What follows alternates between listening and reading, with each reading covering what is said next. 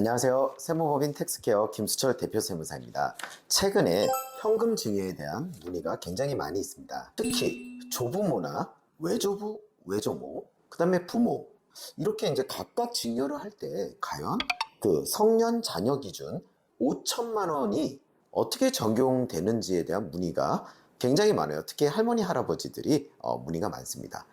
결론적으로 말씀드리면요. 모두 한 사람으로 보고 5천만 원 공제를 해주는 거다. 그것도 10년 단위로. 만약에 우리 손주가 미성년자라면 2천만 원 공제가 되는 것입니다. 그리고 하나 다른 점이 있어요. 많은 분들이 이 부분을 착각하기 때문에 증여세 신고를 잘못하는 경우가 많은데요. 우리가 할아버지, 할머니, 조부모는 한 사람이에요. 할아버지, 할머니. 그 다음에 외할아버지, 외할머니, 외조부, 외조모도 한 사람이에요. 그리고 부모들 한 사람으로 봐요. 이렇게 세 개 그룹으로 나눈 다음에 10년 동안 누진을 할 때 각각 세 그룹으로 봅니다.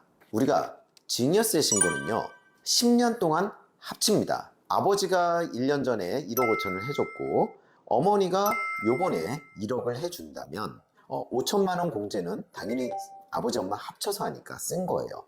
그러면 아버지가 1년 전에 1억 5천일 때 5천 공제하시고 1억에 대해서 10%. 그런데 요번에 어머니가 1억을 해줬어요. 그러면 세율이 10%일까요? 그렇지가 않습니다.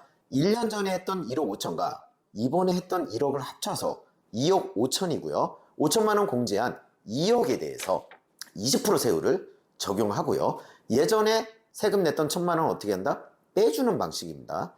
그래서 현금 증여가 쉽기 때문에 신고하는 방법이 홈택스에 들어가서 하시는 분들이 있는데 만약에 할아버지, 할머니, 외할머니, 외할아버지, 뭐 장인어른, 시부모님, 장모님 이런 식으로 좀 복잡한 현금 증여가 여러 차례 있고 10년 안쪽에 이루어졌다면 반드시 세무 전문가와 상의를 하시고 어떻게 하면 증여세를 줄일 수 있는 방법이 있는지 좀 따져보시는 게 좋아요.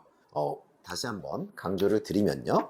조부, 조모, 외조부, 외조모, 부모는 한 사람으로 보고 10년간 5천만 원 공제를 한다. 하지만 10년 합산을 해서 누적적으로 우리가 신고를 할 때는 조부, 조모가 한 그룹, 외조부, 외조모가 한 그룹, 부모가 또 다른 한 그룹 이렇게 세 그룹으로 쪼개서 합산을 해서 누적 세율을 적용해서 신고한다. 이 부분은 꼭 주의를 해주셨으면 좋겠습니다.